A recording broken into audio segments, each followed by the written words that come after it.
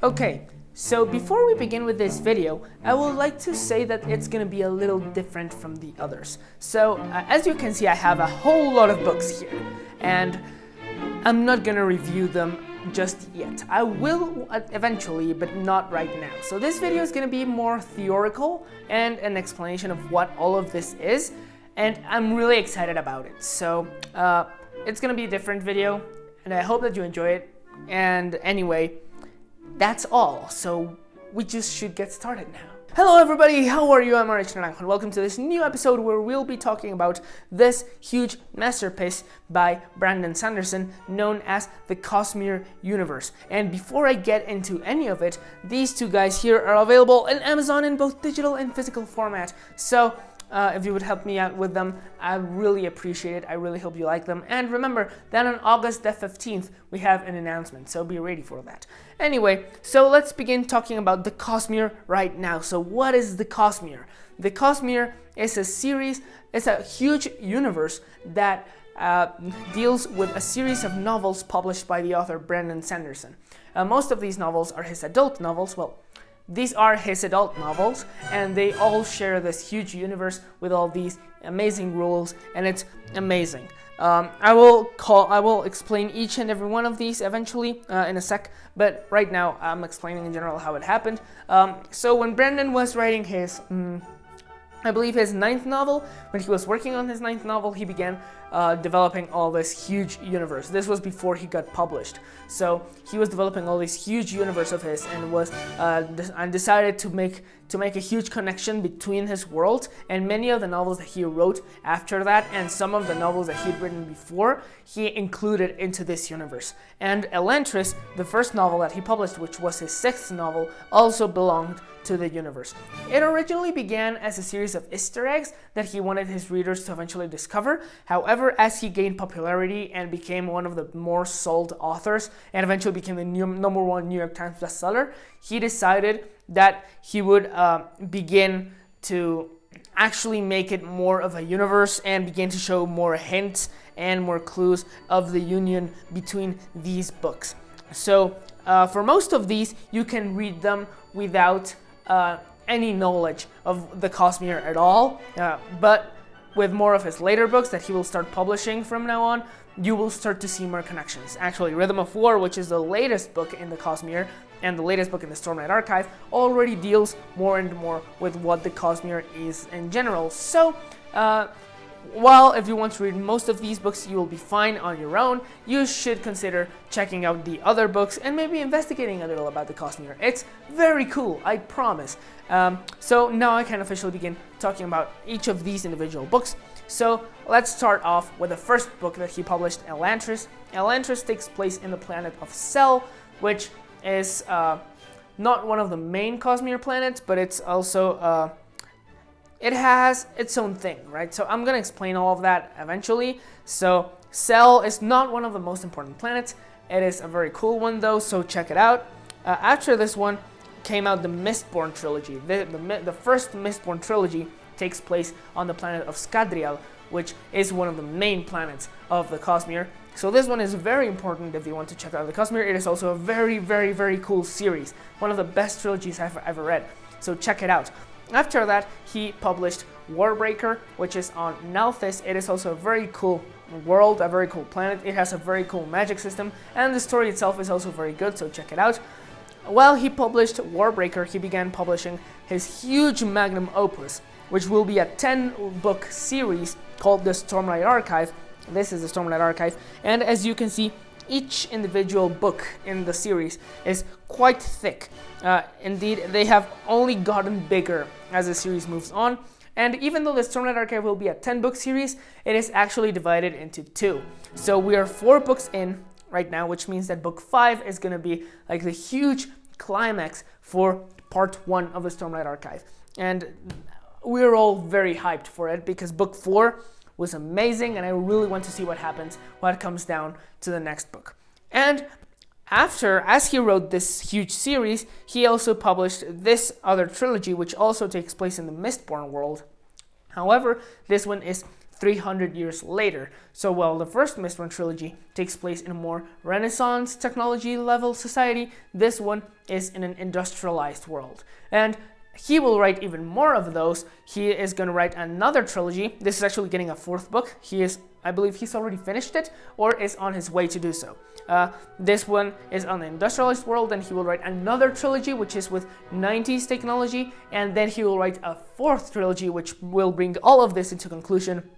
That will be in a futuristic world with science fiction and technology and magic, and it will be huge and very dope, and you will check it out because it's amazing. He's also writing a sequel for the Warbreaker, a night called Nightblood. It's eventually coming out.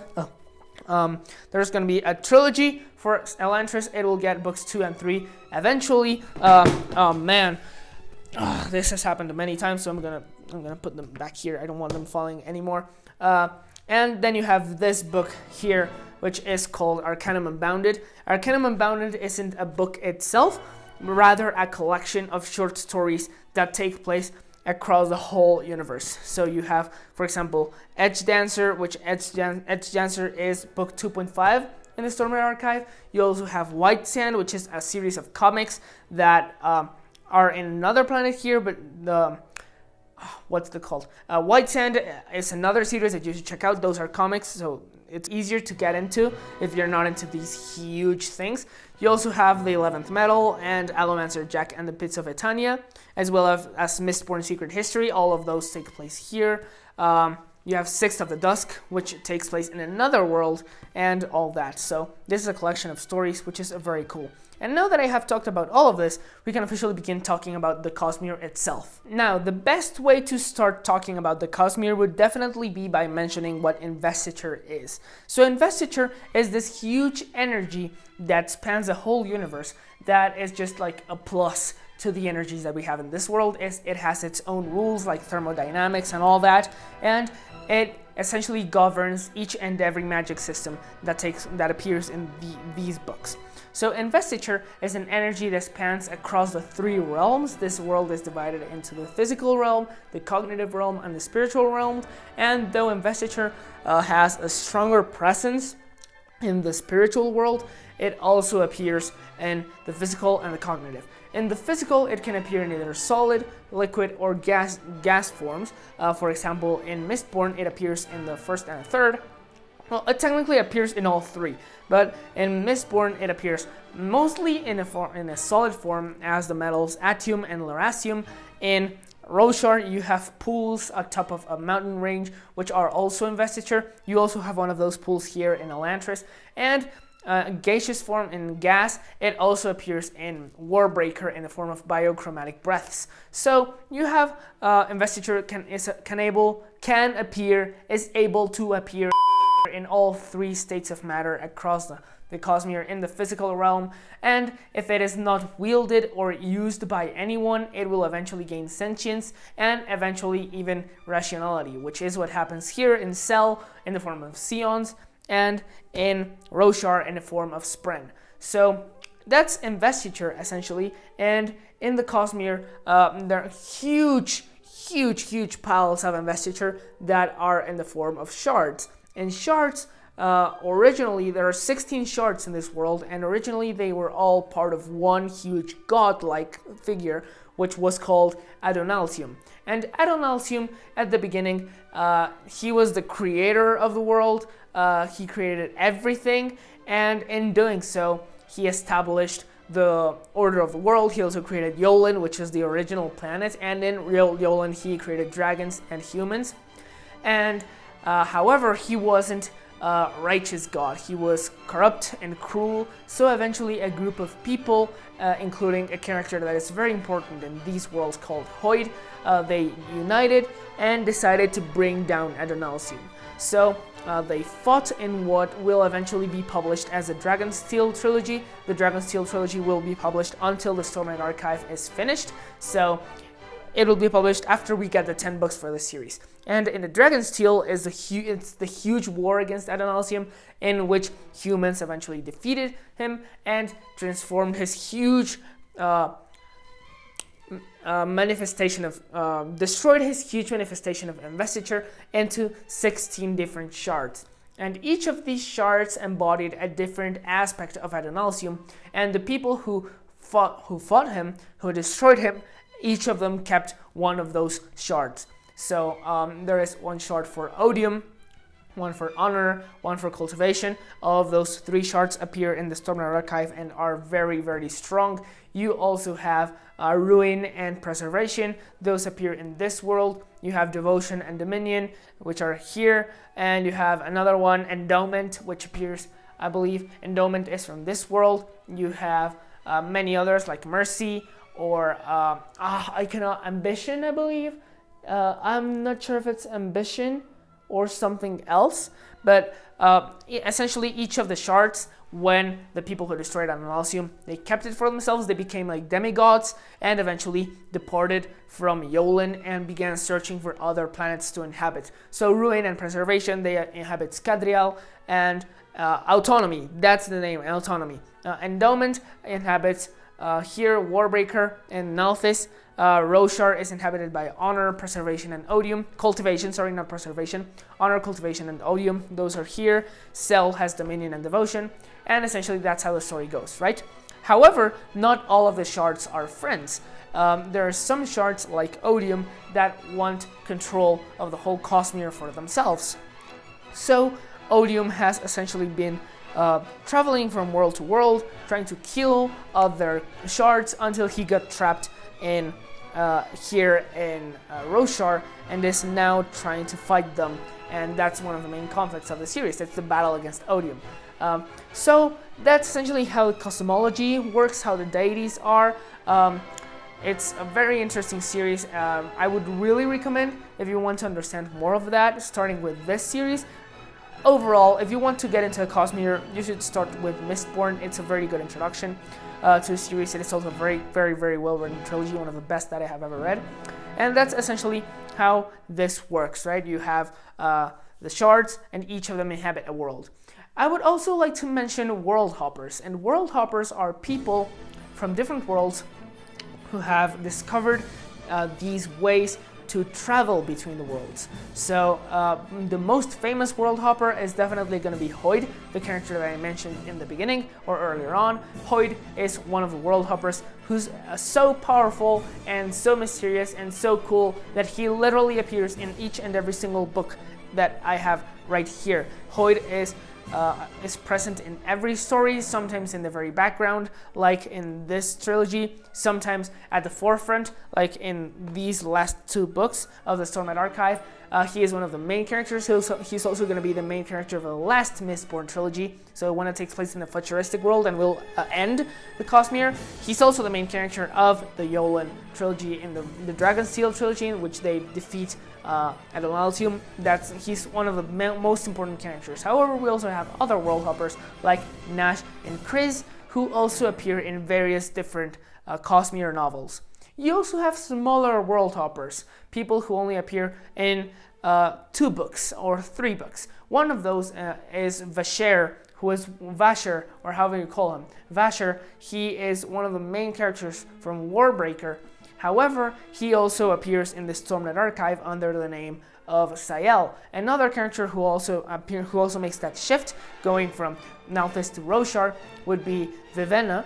Vivenna is also one of the main characters from Warbreaker, and she makes an appearance in Oathbringer under the name of Azure. So you have all these tiny characters who also appear and travel between the worlds. I believe in book 2 or 3 of the Stormlight Archive, one of the characters from Elantris makes an appearance. So that's how it works. You have characters who are able to travel between worlds. You also have these huge organizations, secret organizations that are trying to take over the Cosmere or are trying to achieve different things. We're not really sure at the moment.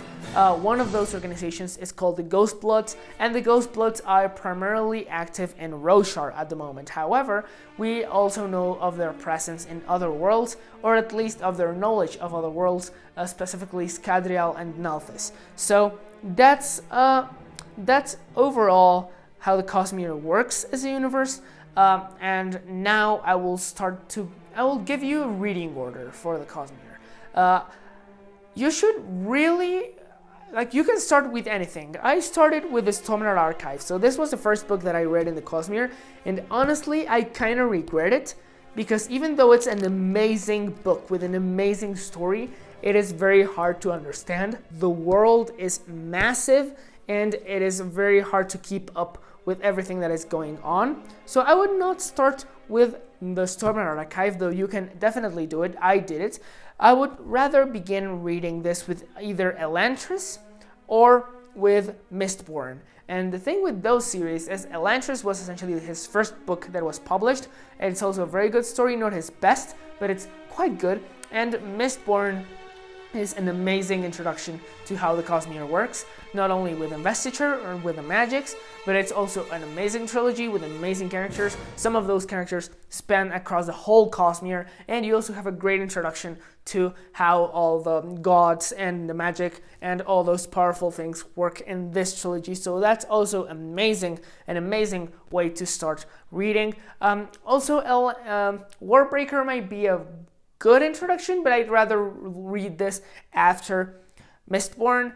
And once you have at least Mistborn read, you can definitely delve into the big boy right here, and you will not regret it. This is definitely one of the best books that I have read in my life. Words of Radiance, book 2 of the Cosmere archive. It's an amazing book, and it's so good in every way. I need to reread it so badly, but man, this is an amazing story. You really have to read them, check them out. They're great, and but not as your starting point for the Cosmere, because they are very info heavy. So they have a lot of info dumps. The world building is huge, so you'll find yourself probably tired if you try to start from the very beginning with this, because it's just so big and so complex.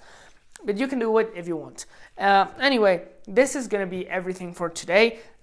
We will definitely make individual reviews for these books later on, and not only that, but I'm also willing to delve into the history and the world building for each one of these books eventually.